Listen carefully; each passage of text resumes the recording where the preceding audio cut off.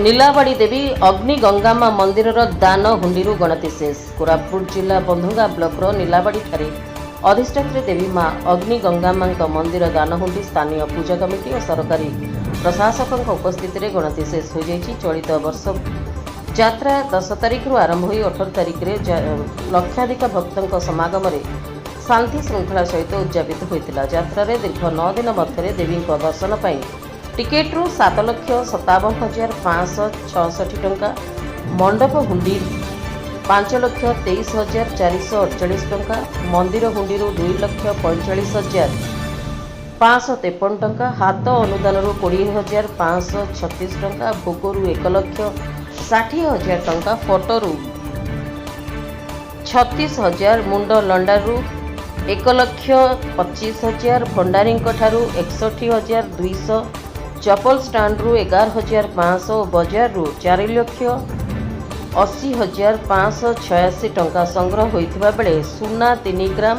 और रूपा 1 किलो 66 ग्राम दान हुंडी संग्रह होइतिला। गणति समय बंधुगा तहसील कार्यालय कर्मचारी, स्थानीय पुलिस कर्मचारी, उत्कल ग्राम्य बैंक अधिकारी और अग्नि गंगामा पूजा कमिटीर सदस्य और अग्नि गंगामा युवक संघर सदस्यों समेत पूजा कमिटीर सभापति बाड़ी सत्यम नायडू, उपसभापति जनार्दन साहुकार, संपादक जी रविशंकर, युग्म संपादक सुभाष पंडित, ऑडिटर किशोर पट्टनायक, यात्रा परिचालना कमिटीर दुर्जय नायक, लाचिगा बन्या, बनमाली नाग, जियाना मेलेका और जगदीश बाड़ी महेश्वर प्रमुख उपस्थित रही।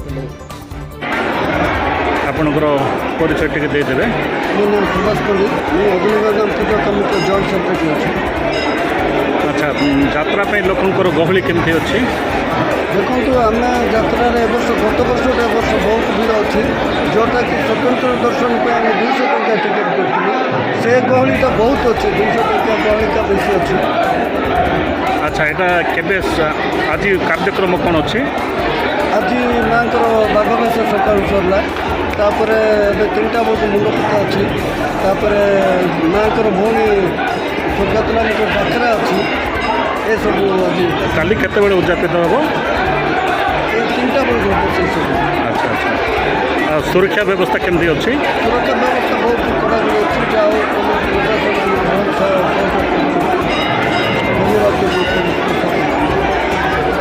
तापर रहा है टिकट जोटा अच्छी 200 टंका टिकट जोटा अच्छी 200 टंका टिकेट होची स्वतंत्र दर्शन जे बहुत दूर दूर